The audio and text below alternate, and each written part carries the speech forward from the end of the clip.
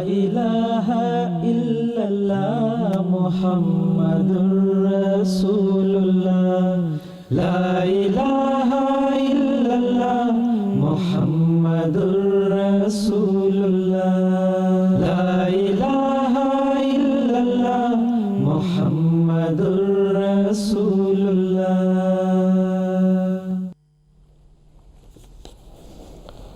اعوذ باللہ من الشیطان الرجیم، بسم اللہ الرحمن الرحیم۔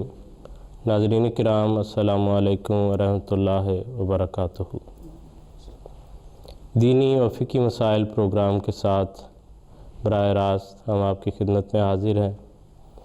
آپ جانتے ہیں کہ رمضان کے ان دنوں میں ہر بدھ کے روز یہ پروگرام لائیو آپ کی خدمت میں پیش کیا جاتا رہا ہے، جس میں آپ فون کر کے براہ راست علماء کرام سے اپنے سوالات پوچھتے ہیں، یا ای میل کے ذریعے اور ٹیکسٹ کے ذریعے سوالات یا فیکس کے ذریعے ہمیں بھجواتے ہیں۔ آج کا بھی یہ پروگرام لائیو ہے، اسی طرح ہم آپ کے سوالات کو لیں گے اور ان پر انشاءاللہ بات چیت ہوگی۔ آج کا ہمارا یہ پروگرام اس سلسلے کا آخری پروگرام ہے، کیونکہ آج یہاں لندن میں 24واں روزہ ہے۔ گویا کہ ہم آخری عشرے میں سے گزر رہے ہیں۔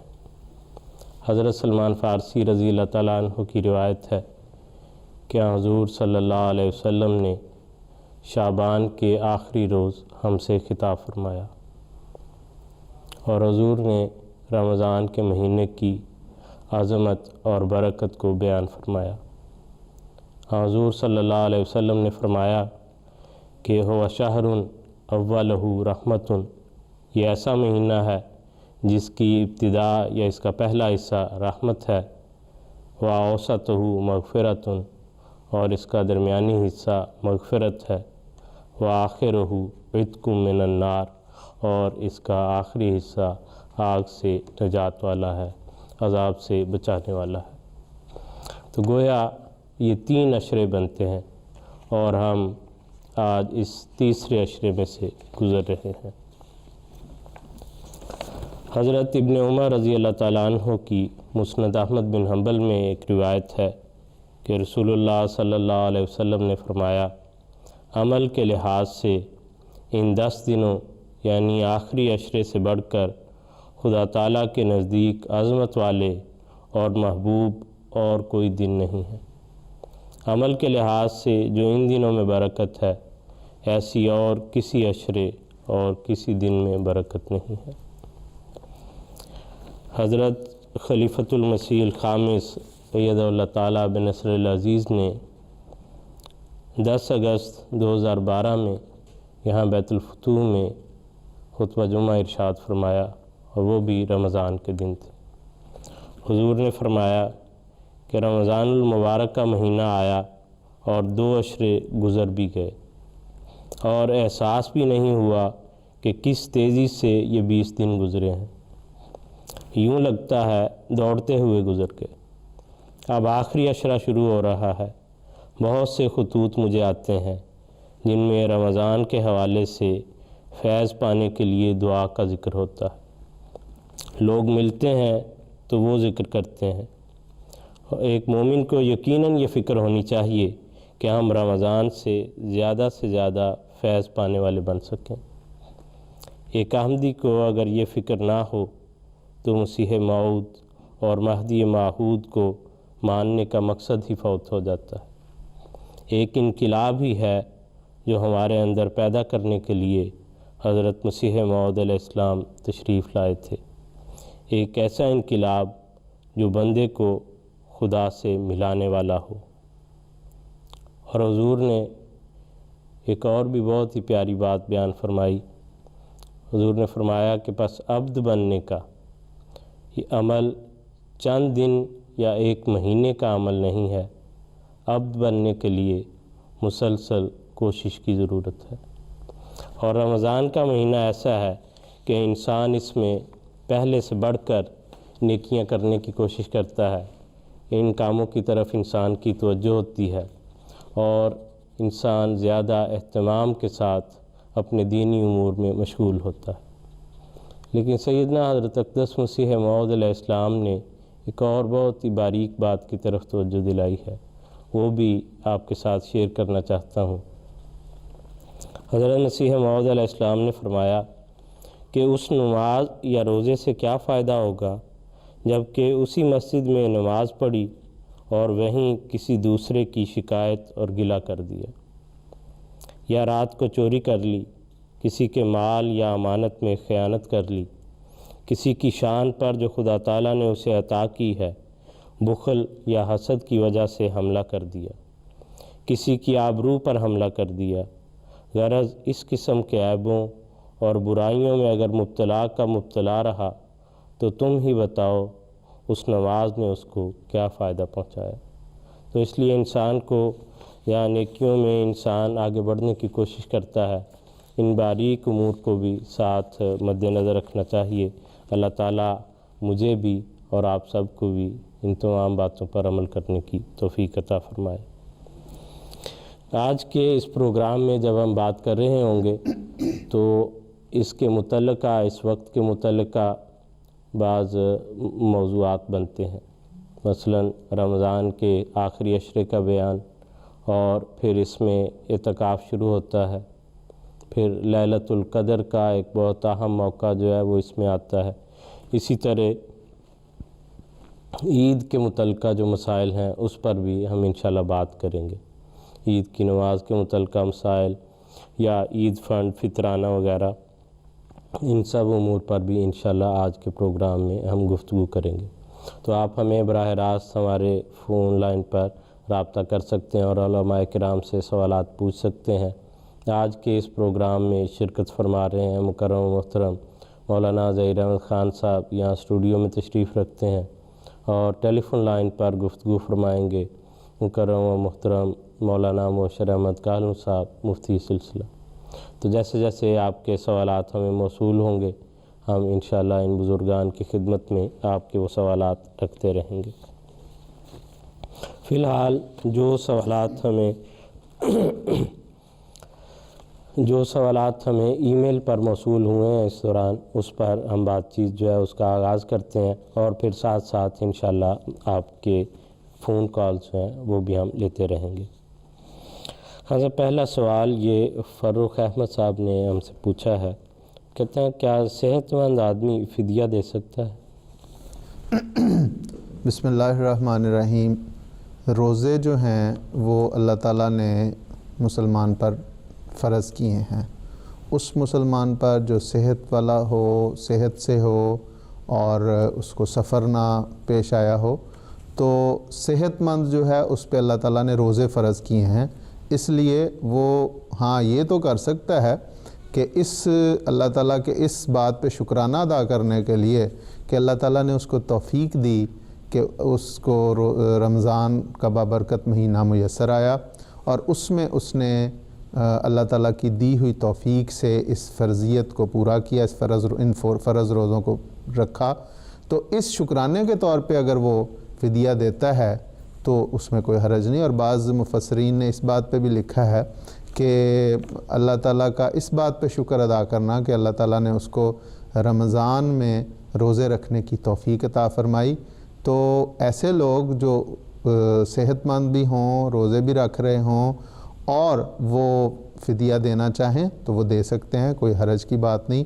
یہ ایک اور زائد نیکی ہے جس کا بہر اللہ تعالیٰ جسے قبول کرے گا اور اس کا ثواب ملے گا۔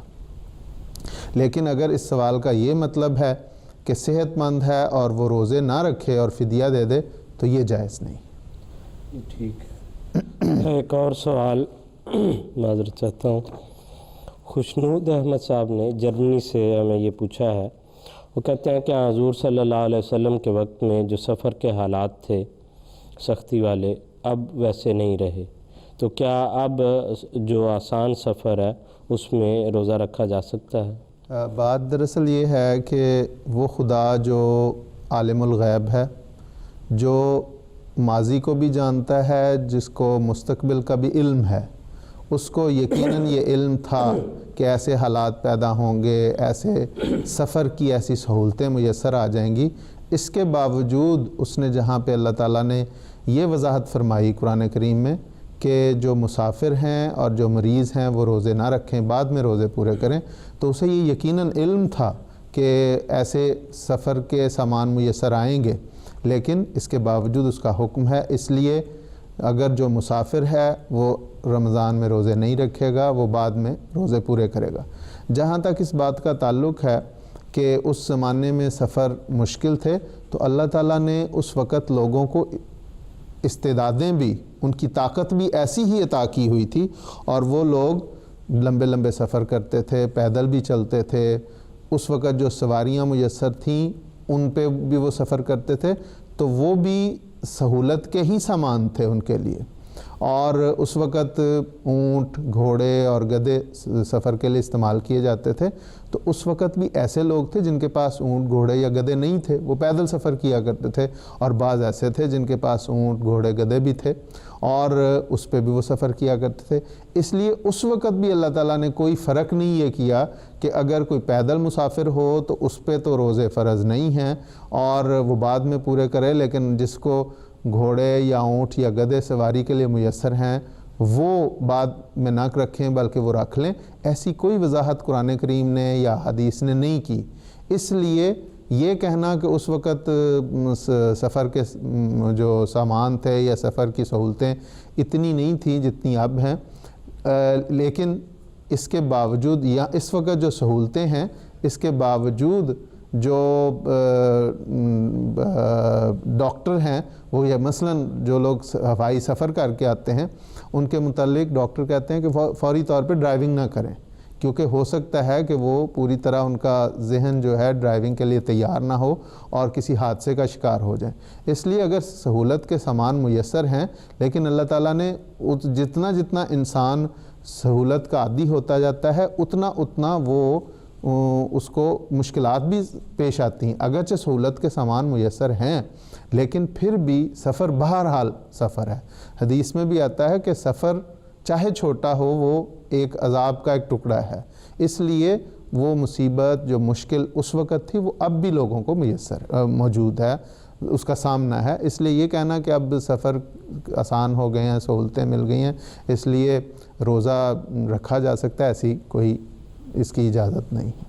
اور پھر خاصا یہ بھی ہے کہ یہ ایک عالمی تعلیم ہے، کسی جگہ آسانی ہے، کسی جگہ اب بھی مشکلات ہیں، اسی طرح مثلا افریقہ وغیرہ ہے یا دور دراز گاؤں کے سفر کرنے والے ہیں، تو شریعت میں ایک اصولی تعلیم جو ہے وہ بیان کی جاتی ہے جو تمام اوقات کے لیے ہے، نہ کہ جو ہے اب الگ الگ جو ہے اس کے لیے کہ جہاز میں بیٹھے تو یہ کرے اور اگر جو ہے بیچارہ خچر پہ جائے تو یہ کرے۔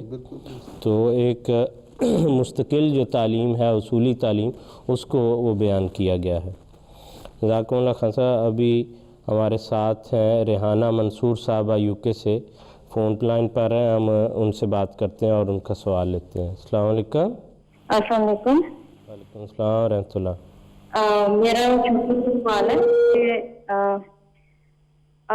ہم لوگ جو لڑکیوں کو پیریڈس ہوتے ہیں اس میں ہم قرآن شریف تو نہیں پڑھ سکتی، تو اگر ہم قرآن شریف موبائل میں سیو کیا ہوا ہے اس سے مکمل کر لیں اپنا دور۔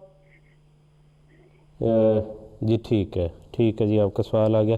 ایسا مختصر طور پر اس کا پچھلی دفعہ تفصیل سے جواب دیا تھا کہ جو عبادت کے طور پہ قرآن کا دور مکمل کرنا ہے ان ایام میں ہر قسم کی عبادت سے رخصت ہے، چھٹی ہے، اس لیے ان دنوں میں وہ پورا نہیں کریں گی، بعد میں وہ پورا کر لیں گی۔ اوکے، یہ سوال جو ہے وہ ریپیٹڈلی ہمارے پروگرام میں آیا ہے، جس سے ایک بات جو ہے اچھی بات وہ یہ نظر آتی ہے کہ جو خواتین میں توجہ ہے عبادت کی طرف اور یہ رجحان ہے اور یہ جذبہ ہے کہ وہ محروم جو ہے اس سے نہیں رہنا چاہتی ہیں، اس لیے وہ چاہتی ہیں کہ کسی صورت میں وہ اپنے ان کاموں کو جاری رکھ سکیں۔ یہ ایک اچھا جذبہ ہے، اچھی بات ہے، اچھی خواہش ہے انسان کی، لیکن ساتھ ہی دیکھنے والی یہ بھی بات ہے کہ دراصل ثواب جو ہے نہ وہ کسی کام کے کرنے میں ہے اور نہ اس سے رکھنے میں ہے، ثواب دراصل اطاعت میں ہے۔ اور آپ کو کھانا کھانے سے رکتے اس لیے ہیں کہ اللہ تعالیٰ نے کہا ان دنوں میں نہ کھائیں، اور کھانا کھاتے اس لیے ہیں ان معین اوقات میں کہ صبح کھانا ہے یا شام کو کھانا ہے، اللہ تعالیٰ نے وہ وقت بتائے ہیں، تو اس لیے دراصل ثواب جو ہے وہ اطاعت کے ذریعے ہے۔ اس لیے انسان کو اپنے ذہن میں بنیادی نقطہ یہ رکھنا چاہیے کہ میں اگر رکی ہوں ان دنوں میں تو تب بھی اللہ تعالیٰ کی خاطر ہی رکی ہوں ان چیزوں سے، تو اس کے نتیجے میں انسان کو یقیناً جو ہے وہ ثواب حاصل ہوگا۔ ابھی مبشر احمد صاحب ہمارے ساتھ ہیں فون پر، ابھی ہم ان سے بات کرتے ہیں۔ السلام علیکم۔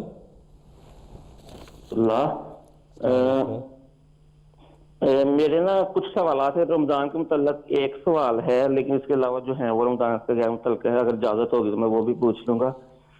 رمضان کے بارے میں یہ تھا کہ اگر ایک صحت مند انسان ہو اور وہ مسافر بھی نہ ہو اور اس کی یہ نیت بھی ہو کہ انشاءاللہ تعالی میں تمام کے تمام روزے رکھوں گا، لیکن درمیان میں کچھ 1 2 دن 3 دن ایسی مجبوریاں آتی ہیں کہ وہ رمضان کے وہ 2 3 روزے نہیں رکھ سکتا لیکن باقی رکھ لیتا ہے، یا 4 5 نہیں رکھ سکتا باقی رکھ لیتا ہے، کیا اس پہ بھی فدیہ واجب ہوگا؟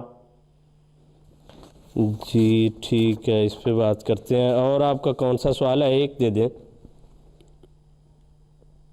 یا غالباً لائن جو ہے ان کی وہ ڈسکنیکٹ ہو گئی ہے۔ تو ابھی ہم محترم مبشر کارم صاحب کے پاس چلتے ہیں اور ان سے ہم بات کریں گے۔ السلام علیکم کارم صاحب۔ وعلیکم السلام ورحمۃ اللہ۔ اور صاحب ابھی ہمارے ایک دوست یہاں لندن سے یا یو کے سے ہمارے ساتھ تھے فون پر، وہ کہتے ہیں اگر ایک انسان کا ارادہ ہو سارے روزے رکھنے کا، صحت مند ہو، سفر بھی نہ ہو اور وہ روزے رکھ رہا ہو، صرف درمیان میں کسی وجہ سے 3 4 دن کے روزے اس کے جو ہیں وہ رہ گئے ہیں، تو کیا ان کے لیے بھی فدیہ دینا چاہیے یا دینا پڑے گا؟ بات یہ ہے کہ اصل بنیادی حکم یہ ہے کہ اگر وہ ایسا شخص ہے کہ عارضی بیماری آئی جس کے سبب رمضان کے روزے نہیں رکھ سکا، یا اسے سفر درپیش ہوا جس کے سبب چند ایام روزے نہیں رکھ سکا، تو رمضان کا مہینہ ختم ہونے کے بعد جتنے روزے اس کے چھوٹ گئے ہیں ان روزوں کو پورا کرنا ضروری ہے۔ اور اگر مالی طور پہ صاحب توفیق ہے تو پھر وہ فدیہ بھی ادا کرے۔ اس فدیہ کی ادائیگی کے نتیجے میں اللہ تعالیٰ اسے توفیق دے گا کہ رمضان کے گزرنے کے بعد وہ ان چھوٹے ہوئے روزوں کو رکھ سکے گا۔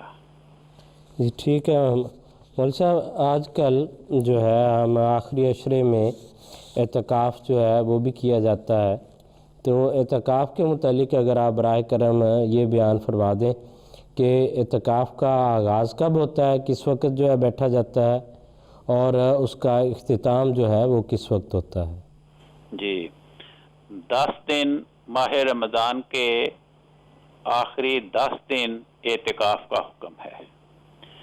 تو چونکہ یہ خبر نہیں ہوتی کہ رمضان اس دفعہ 29 دن کا ہوگا یا 30 دن کا ہوگا، اس لیے 20 رمضان کی صبح کو نماز فجر کے بعد اعتکاف کا آغاز ہو جاتا ہے۔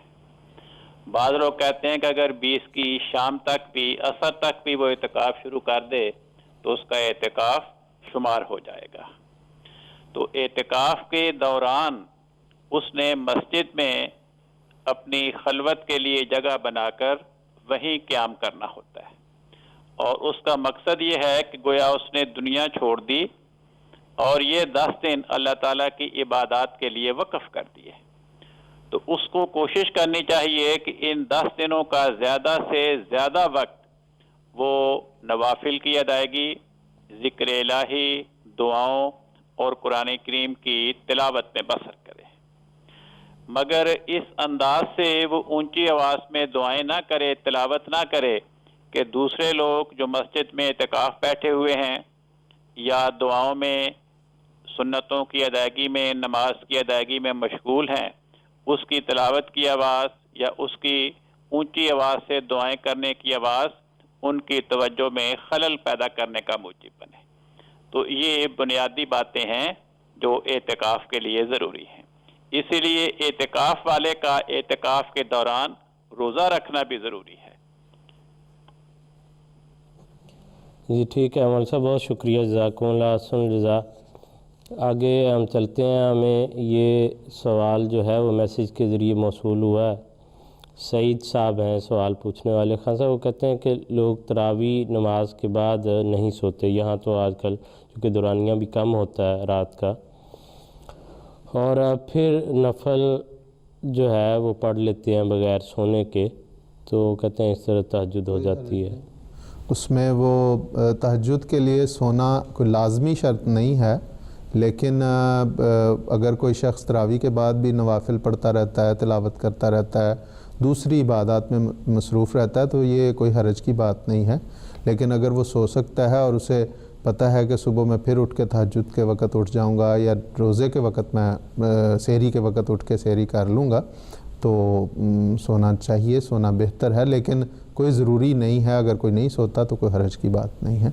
لیکن اس کے ساتھ یہ وضاحت ضروری ہے کہ صرف اس وجہ سے کہ تھوڑا سا وقت ہے، چلیں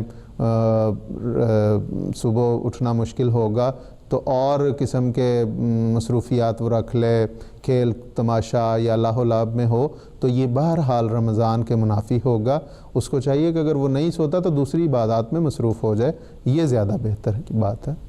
جی ٹھیک ہے۔ ایک سوال مبشر صاحب نے بھی ہمیں پوچھا ہے، وہ کہتے ہیں بیوی کے ساتھ نماز پڑھ سکتے ہیں؟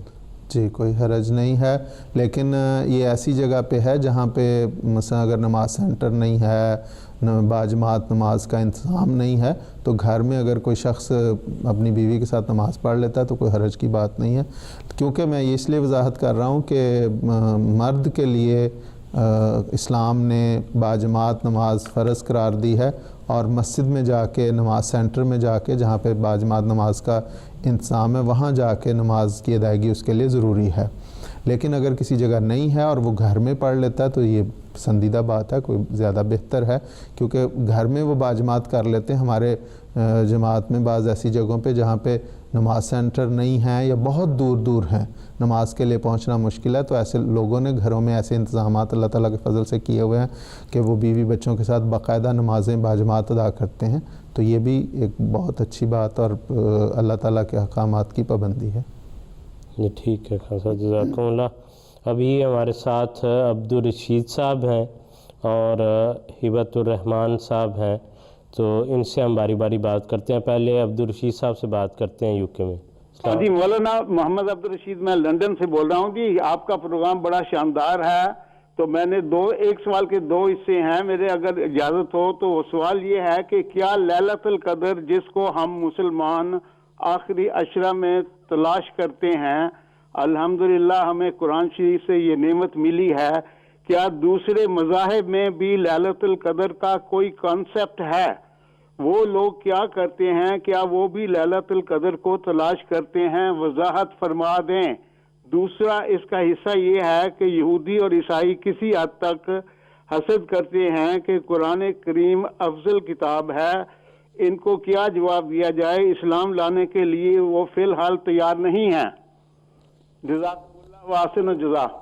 جزاکم اللہ رشید صاحب، یہودی اور عیسائی حسد کرتے ہیں کہ قرآن شریف کو آپ افضل کتاب کہتے ہیں تو خود اسلام نہیں لاتے، اس کا کیا جواب ہم انہیں دیں؟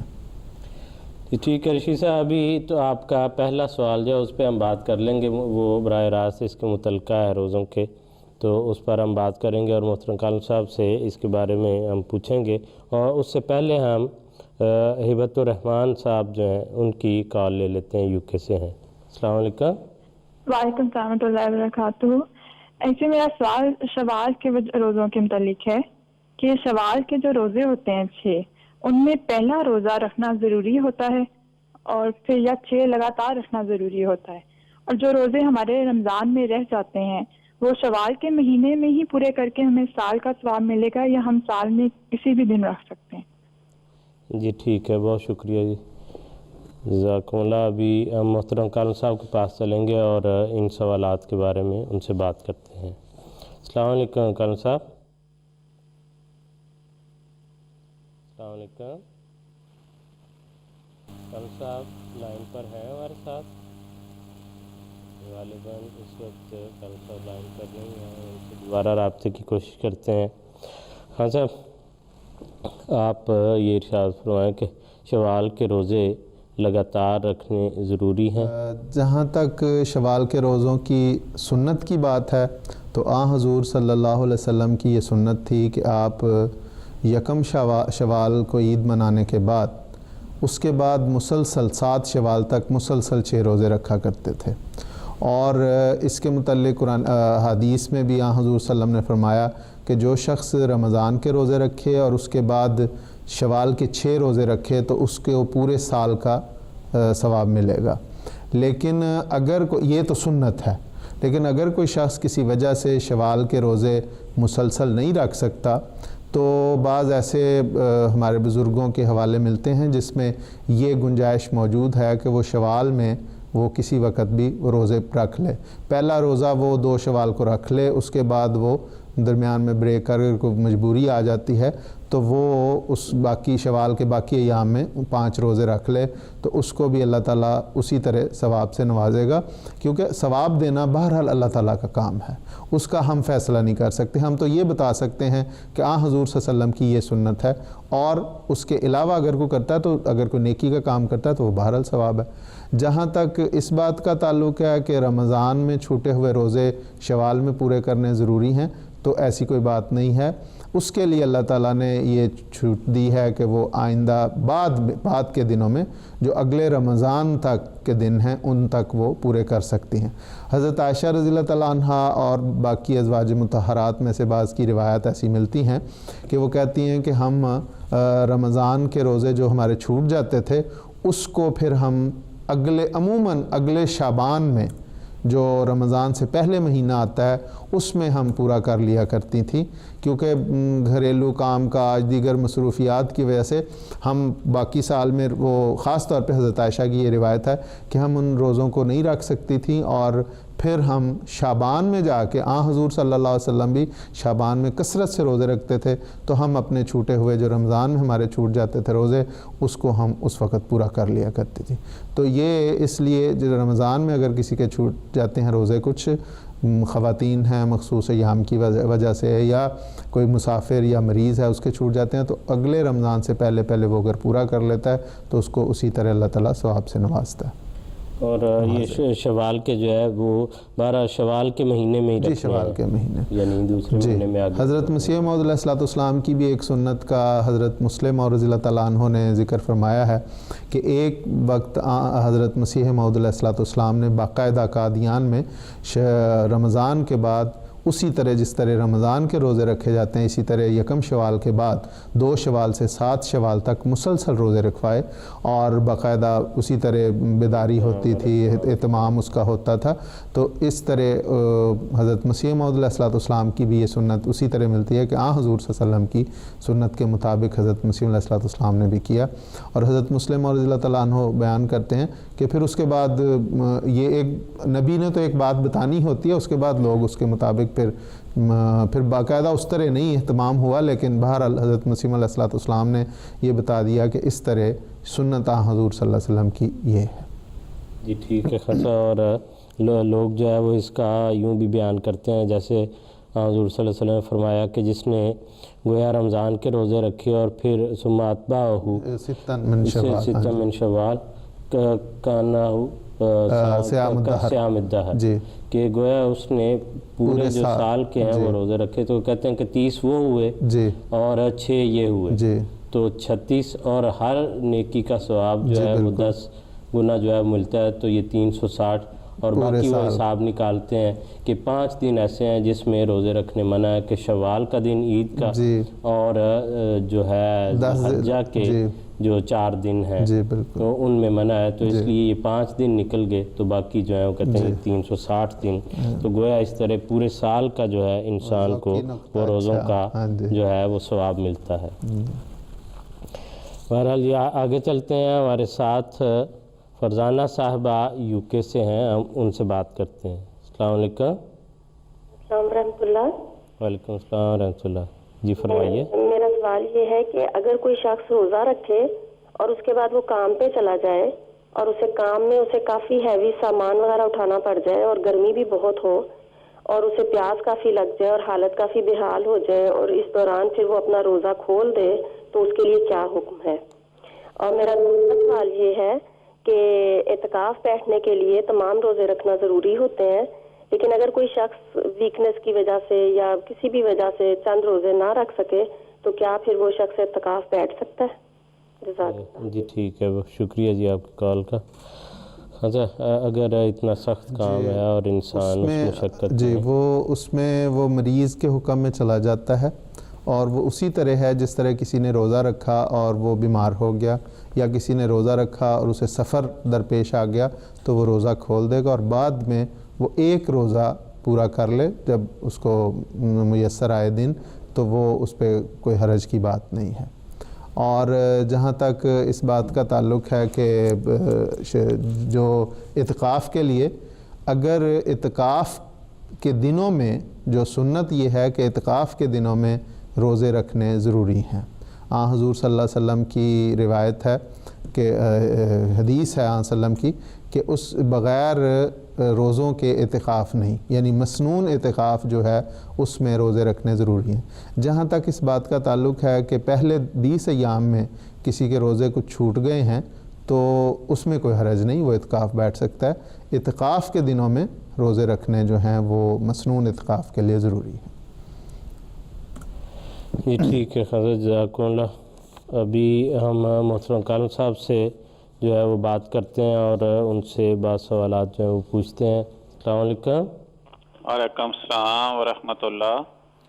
اور صاحب ابھی محمد عبدالرشید صاحب لندن سے ہم سے فون پر بات کر رہے تھے، اور انہوں نے یہ سوال پوچھا ہے، وہ کہتے ہیں جیسے اسلام میں لیلۃ القدر کا ذکر ملتا ہے اور اس کی فضیلت کا ذکر ملتا ہے، تو کیا دوسرے مذاہب کے اندر بھی اس طرح کسی رات کی فضیلت کا یا لیلۃ القدر کا ذکر ملتا ہے، اور کیا وہ لوگ بھی اس کو تلاش کرتے ہیں؟ جی میرے علم میں ایسی کوئی بات نہیں ہے۔ مول صاحب اسی موقع پر میں یہ بھی آپ سے درخواست کرنا چاہتا ہوں کہ براہ کرم لیلۃ القدر کے فضیلت اور اہمیت کے حوالے سے اگر آپ ہمارے ناظرین کے لیے کچھ بیان فرما دیں، اور یہ بھی کہ لیلۃ القدر کے حصول کا کیا ذریعہ ہے، انسان کو کس طرح اس کو تلاش کرنا چاہیے، اور پھر اس کے حاصل ہو جانے کی کیا نشانیاں، کس طرح انسان کو پتہ چل سکتا ہے کہ اس کو وہ بابرکت رات جو ہے وہ موقع میسر آ گیا ہے، اور اگر اس کو وہ اللہ تعالیٰ کے فضل سے وہ نصیب ہو جاتی ہے، وہ رات، وہ گھڑی اس کو نصیب ہوتی ہے، تو اس میں اس کو کیا کرنا چاہیے؟ جی بات یہ ہے کہ لیلۃ القدر کے کئی مفہوم ہیں۔ ایک بنیادی مفہوم یہ ہے کہ ماہ رمضان میں ایک رات ایسی آتی ہے جو اگر اس رات کی وہ کیفیت کسی انسان کو نصیب ہو جائے تو اس انسان کی تقدیر بدل جاتی ہے۔ وہ گھڑی اس کی دعاؤں کی قبولیت کی گھڑی ہوتی ہے۔ حضرت رسول پاک صلی اللہ علیہ وسلم کو خدا تعالیٰ نے اس کی خبر دی کہ فلاں رات کو وہ گھڑی آتی ہے۔ آپ گھر سے نکلے صحابہ کو خبر دینے کے لیے، تو باہر دو صحابہ کا آپس میں کسی بات پہ تنازع ہو رہا تھا۔ آپ ان کے تصفیہ میں مشغول ہو گئے، اور اسی مشغولیت میں جو اللہ تعالیٰ نے آپ کو لیلۃ القدر کی رات کی تعیین فرمائی تھی وہ آپ کو بھول گئے۔ چنانچہ آپ نے صحابہ کو مخاطب کر کے فرمایا کہ مجھے خدا تعالیٰ نے لیلۃ القدر کے بارے میں علم دیا تھا، میں تمہیں بتانے باہر نکلا تو فلاں فلاں کے جھگڑے کی بنا پر وہ میرے ذہن سے محو ہو گئے۔ اب میں تمہیں یہ کہتا ہوں کہ تم ماہ رمضان کے آخری 10 دنوں میں اس لیلۃ القدر کی تلاش کرو۔ اس میں بھی بڑی حکمت ہے کہ اگر اللہ تعالیٰ رسول پاک صلی اللہ علیہ وسلم کو جو بتا چکا تھا وہ بات آپ کے ذہن سے محو نہ ہوتی اور آپ لوگوں کو بتا دیتے کہ فلاں رات لیلۃ القدر ہے، تو امت کے افراد میں صرف اس رات کو ہی عبادت اور دعاؤں کی مصروفیت ہوتی، باقی راتوں کو دعاؤں میں اور تلاوت قرآن پاک میں، عبادات کے شغف میں اپنے آپ کو نہ لگاتے۔ تو اس حکمت کے تحت اللہ تعالیٰ نے آپ کو وہ رات بھلا دی۔ پھر آپ نے فرمایا کہ جو آخری عشرے کی طاق راتیں آتی ہیں، مثلا 21ویں رات، 23ویں رات، 25ویں، 27ویں، 29ویں، ان طاق راتوں میں لیلۃ القدر کو تلاش کرو۔ صحابہ کی گواہیاں اور امت میں آنے والے صلحاء کی گواہیوں سے پتہ چلتا ہے کہ یہ ہر انسان کی لیلۃ القدر جسے نصیب ہوتی ہے وہ رات جدا جدا ہوتی ہے۔ کسی کو وہ کسی رات میں لیلۃ القدر کی گھڑی نصیب ہو جاتی ہے، کسی کو کسی اور رات میں، حالانکہ رمضان کا مہینہ اور عشرہ ایک ہی ہوتا ہے۔ اب بات یہ ہے کہ امت کے صلحاء کی اکثریت کا یہ تجربہ ہے کہ صلحاء امت کی اکثریت کو 27ویں کی رات کو لیلۃ القدر کی گھڑی نصیب ہوئی۔ اس کی بھی میں سمجھتا ہوں حکمت یہ ہے، حضرت خلیفۃ المسیح اول رضی اللہ عنہ بیان فرماتے ہیں کہ اگر رمضان 29 روزوں کا ہو تو آخری طاق رات 27ویں رمضان کی آتی ہے، تو وہ مرد مومن جس نے رمضان کا سارا مہینہ دعاؤں میں، عبادات میں، تلاوت میں، استغفار میں بسر کیا، حتیٰ کہ آخری عشرے میں داخل ہو گیا، اور آخری عشرے کی بھی طاق راتیں ساری اس کی عبادت، کثرت تلاوت اور دعاؤں میں، مشغولیت میں بسر ہوئیں، تو جب وہ اس آخری عشرے کی آخری طاق رات 27ویں میں پہنچتا ہے تو اس وقت اس کی عبادات، اس کی دعائیں، اس کی تلاوت، اس کے خشوع و خضوع کا جو معیار ہے وہ اپنے انتہائی نقطۂ کمال پہ پہنچا ہوا ہوتا ہے۔ تو وہ موقع ہوتا ہے، وہ گھڑی ہوتی ہے اس کے اس عبادات میں کمال پیدا کرنے کا، انعام عطا کرنے کی۔ یہی وجہ ہے کہ صلحاء امت کی اکثریت کو 27ویں رمضان کو لیلۃ القدر کی گھڑی نصیب ہوتی ہے۔ رہ کے یہ بات کہ اس کی کیا علامت ہے، بعض باتیں حدیث میں بیان ہوئی ہیں۔ حضور نے فرمایا کہ اس دن ہلکی سی پھوار پڑتی ہے، لیکن یہ کوئی ضروری نہیں۔ وہ جس رمضان میں آپ نے فرمایا کہ ہلکی سی پھوار پڑتی ہے، اس دن اتفاق سے آپ کو لیلۃ القدر کی گھڑی نصیب بھی ہوئی اور برسات کی ہلکی سی پھوار بھی پڑ گئی۔ اصل بات صرف اتنی ہے کہ جس انسان کو وہ قبولیت دعا کی گھڑی مل جاتی ہے، اس انسان کے دل میں احساس بھی پیدا ہو جاتا ہے کہ یہ میری دعا قبول ہو گئی۔ اللہ تعالیٰ بعض اوقات اس کے دل میں یہ احساس پیدا کر دیتا ہے، جس کے نتیجے میں وہ مزید اس کا دل پگھل پگھل کر خدا کے آستانے میں گر جاتا ہے، اور وہ دعاؤں میں اپنے آپ کو انتہا تک پہنچا دیتا ہے، اس کی دعائیں خدا کی بارگاہ میں شرف قبول پاتی ہیں۔ بعض اوقات ایسے خوش نصیب ہوتے ہیں کہ جن کو لیلۃ القدر کی گھڑی نصیب ہوتی ہے، اللہ تعالیٰ اپنی وحی و الہام کے ذریعے ان کو اطلاع دے دیتا ہے۔ حضرت عائشہ رضی اللہ عنہ بیان کرتی ہیں کہ میں نے ایک مرتبہ رسول پاک صلی اللہ علیہ وسلم سے عرض کی کہ یا رسول اللہ، اگر مجھے محسوس ہو جائے کہ یہ گھڑی لیلۃ القدر کی گھڑی ہے، اس وقت میں کیا دعا مانگوں؟ تو آپ نے فرمایا اگر تجھے لیلۃ القدر کی گھڑی نصیب ہو جائے تو خدا سے یہ دعا مانگنا، اللہم انک عفو، اے میرے اللہ تو بڑا ہی درگزر کرنے والا ہے، تو حب العفو، اور درگزر کی عادت کو پسند کرتا ہے، فاعف عنی، پس مجھ سے بھی درگزر کر، میری خطاؤں کی چشم پوشی کر۔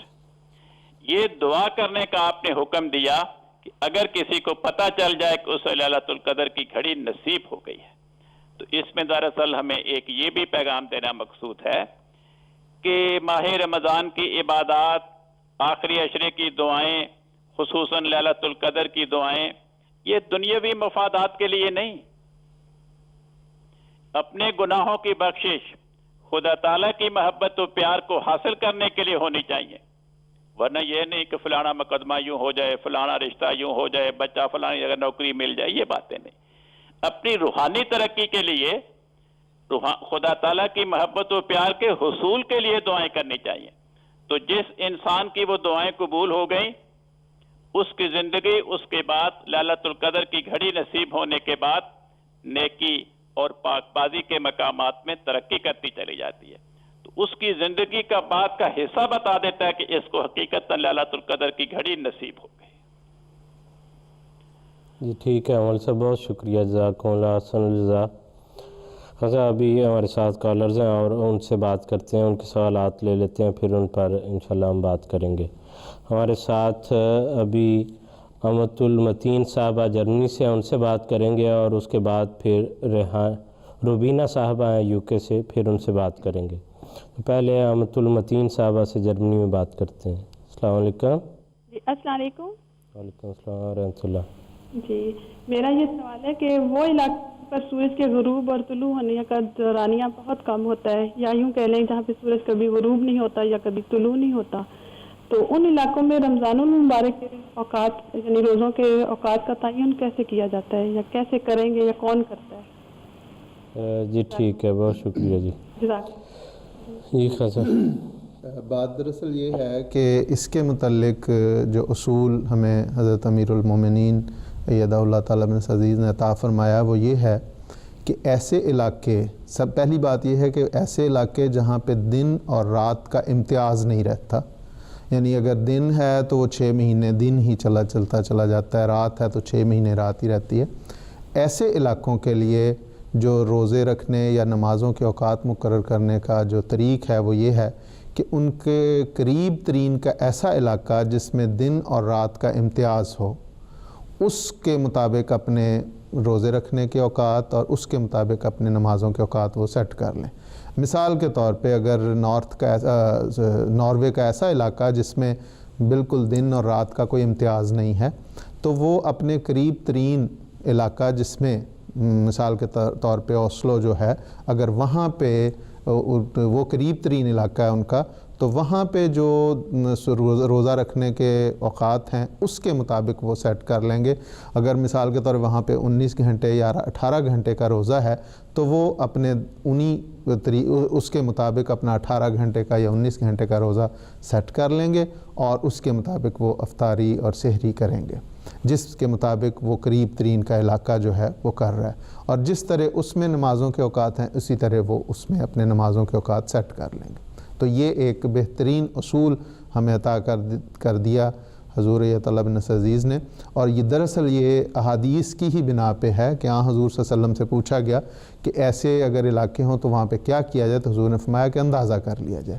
تو یہ دراصل اندازہ ہی ہے، لیکن یہ اندازہ اس کے قریب ترین علاقے کے ساتھ ہوگا، نہ یہ کہ وہ ایسی جگہ سے کہ جو جہاں پہ مثلا 12 گھنٹے کا دن اور 12 گھنٹے کی رات اور دور کا علاقہ ہے اس کے ساتھ اسے سیٹ کیا جائے.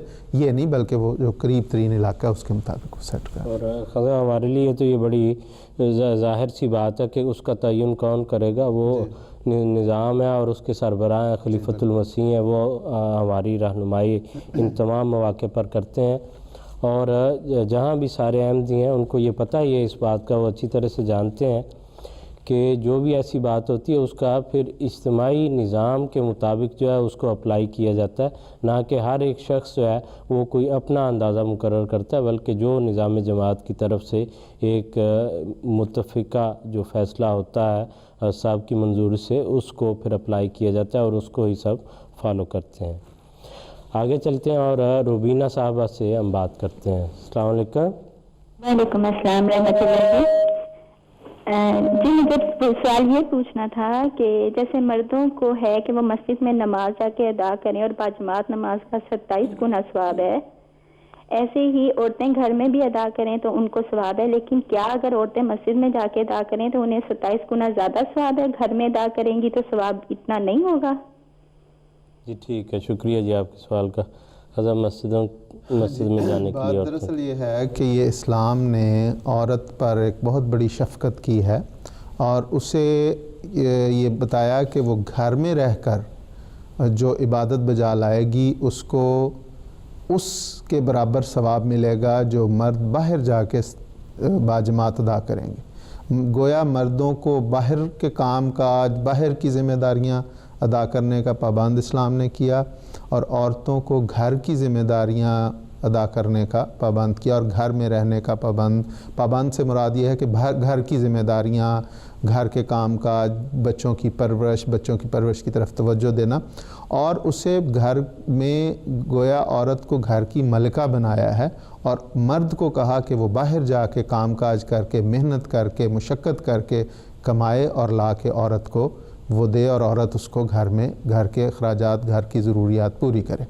اسی طرح اسلام نے یہ بھی کیا کہ عبادات میں بھی عورت کے لیے یہ کہا کہ وہ بجائے اس کے کہ باہر نکلے، بے پردگی ہو، بے وقری ہو اس کی، تو اس کے وقار کی خاطر اسے کہا کہ گھر میں رہ کے جو وہ عبادات بجا لائے گی اس کو اسی طرح ثواب ملے گا جس طرح مردوں کو باہر جا کے ثواب ملے گا۔ لیکن یہ کہ وہ اگر نماز مسجد میں جا کے ادا کرتی ہے تو کیا اس کو اس سے بھی زیادہ 27 گنا جو اس کو گھر میں ملنا، تو ایسی کوئی مجھے احادیث میں کوئی ایسی ہدایت یا ایسی کوئی رہنمائی نہیں ملتی جس میں کہ حضور صلی اللہ علیہ وسلم نے یہ کہا ہوگا کہ عورتیں بھی اگر باہر جا کے نماز ادا کریں گی تو ان کو زیادہ ثواب ملے گا۔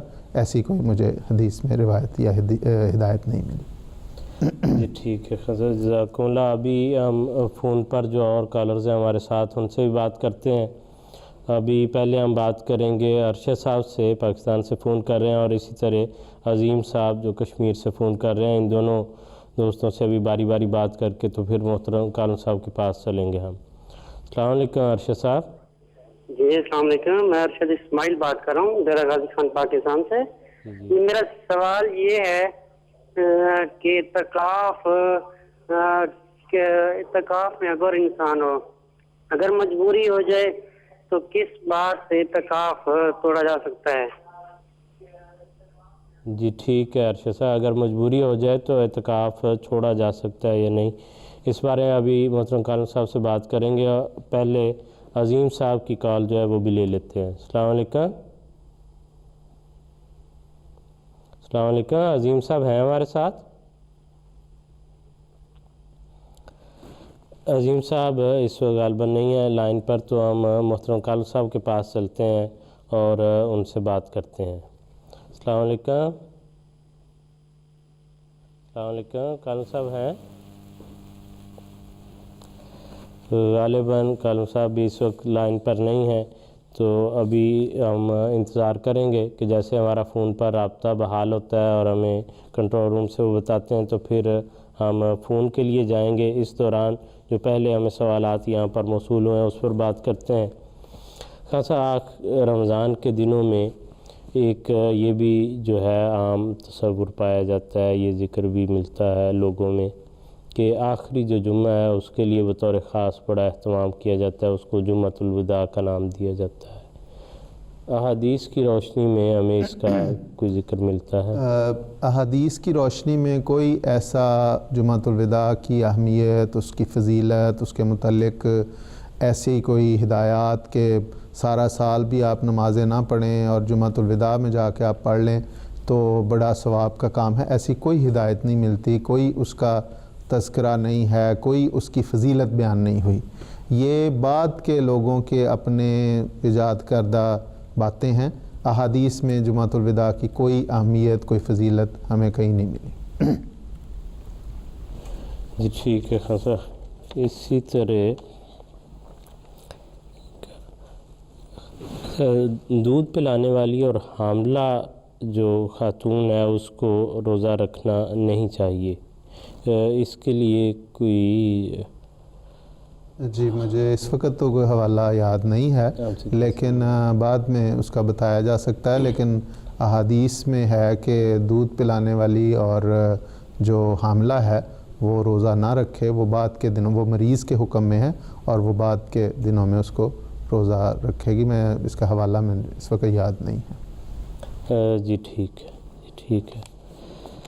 عظیم صاحب اگر ہمارے ساتھ واپس لائن پر آ گئے ہیں تو ان سے کنٹرول روم سے درخواست ہے کہ ان سے ہمیں ملا دیں اگر وہ واپس آ گئے ہیں تو۔ السلام علیکم عظیم صاحب۔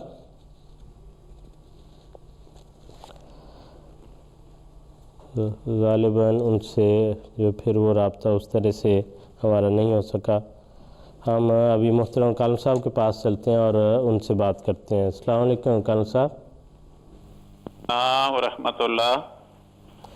اچھا، یہ ہمیں عبد المنان ناصر صاحب نے فیکس کے ذریعے یہ سوال جرمنی سے بھجوایا ہے کہ وہ کہتے ہیں کہ عام طور پر گرمیوں میں یہاں نماز مغرب اور عشاء جمع کر کے ادا کی جاتی ہے کیونکہ سورج دیر سے غروب ہوتا ہے، لیکن رمضان کے دنوں میں اس طرح نہیں ہوتا بلکہ الگ الگ نمازیں ادا کی جاتی ہیں۔ تو کیا ایسا جو ہے وہ کرنا رمضان کے اندر جو ہے وہ جائز نہیں ہے یا منع ہے، یا باقی دنوں میں پھر اگر رمضان میں منع ہے تو پھر باقی دنوں میں ہم کس طرح کر سکتے ہیں؟ جی، بات یہ ہے کہ رمضان کے دنوں میں چونکہ بالعموم مساجد میں نماز عشاء کے بعد تراویح کا اہتمام ہوتا ہے، تو اس لیے مغرب اور عشاء کی نماز جدا جدا کر کے پڑھتے ہیں، اور لوگ اپنے گھروں میں افطاری سے فارغ ہو کر شام کا کھانا کھا کر پھر وہ عشاء کی نماز کے لیے مسجد میں پہنچ جاتے ہیں۔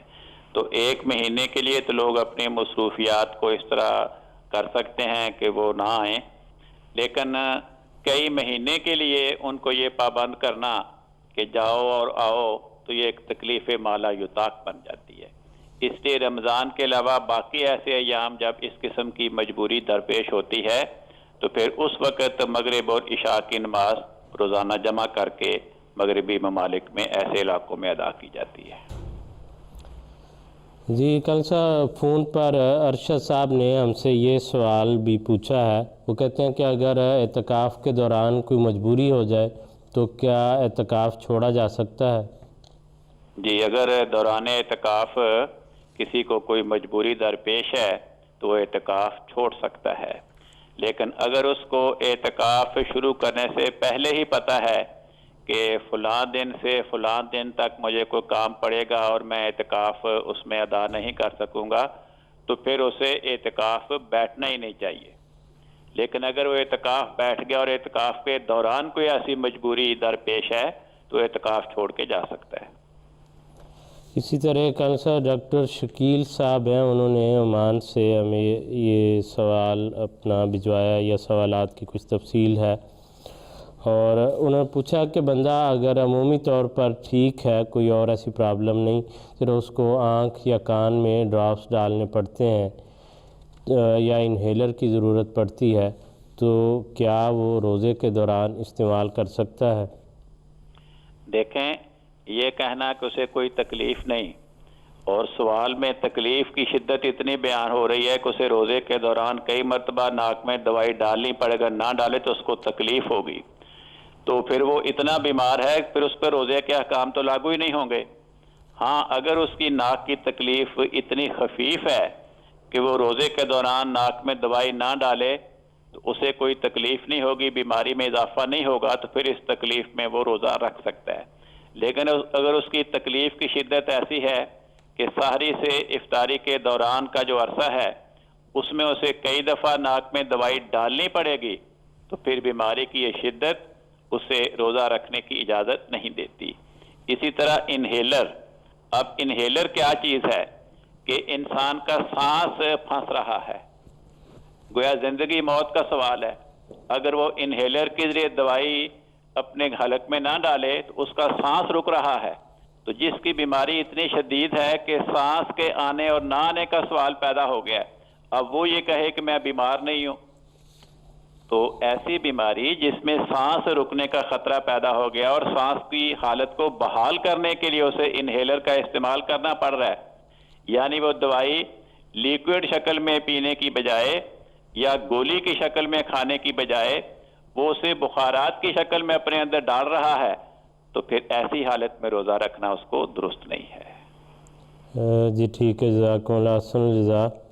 ابھی ہم کالرز جو ہیں ہمارے ساتھ ان سے بات کرتے ہیں، چند منٹ رہ گئے ہیں۔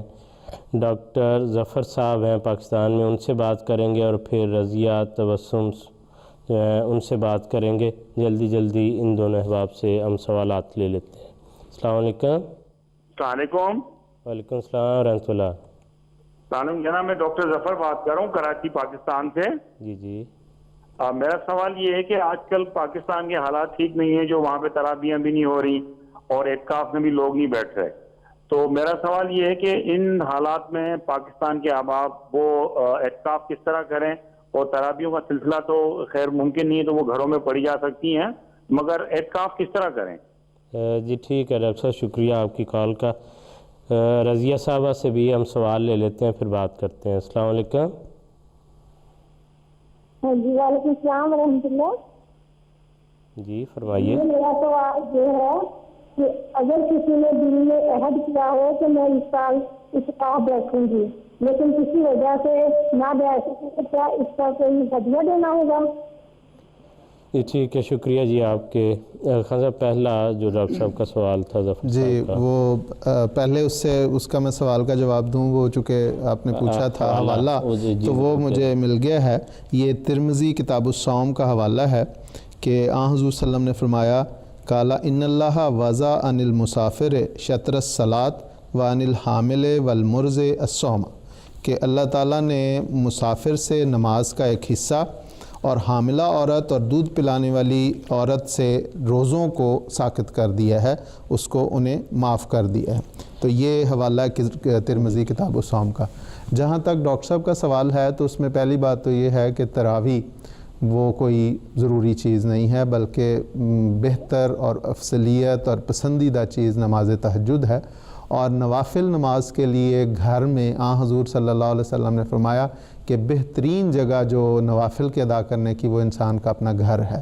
تو اس لیے اگر ویسے حالات ہیں وہاں پہ کہ وہ نہیں تراویحوں کا نہیں انتظام ہو سکتا تو لوگ گھروں میں نوافل بھی پہلے رات کے پہلے حصے میں بھی نوافل پڑھ سکتے ہیں، الگ الگ بھی پڑھ سکتے ہیں، اور رات کے دوسرے آخری حصے میں بھی تہجد کے طور پہ بھی وہ نوافل پڑھ سکتے ہیں۔ جہاں تک اعتکاف کا بات ہے تو یہ درست بات ہے کہ قرآن کریم نے خود کہا ہے کہ اپنے آپ کو تم ہلاکت میں نہ ڈالو۔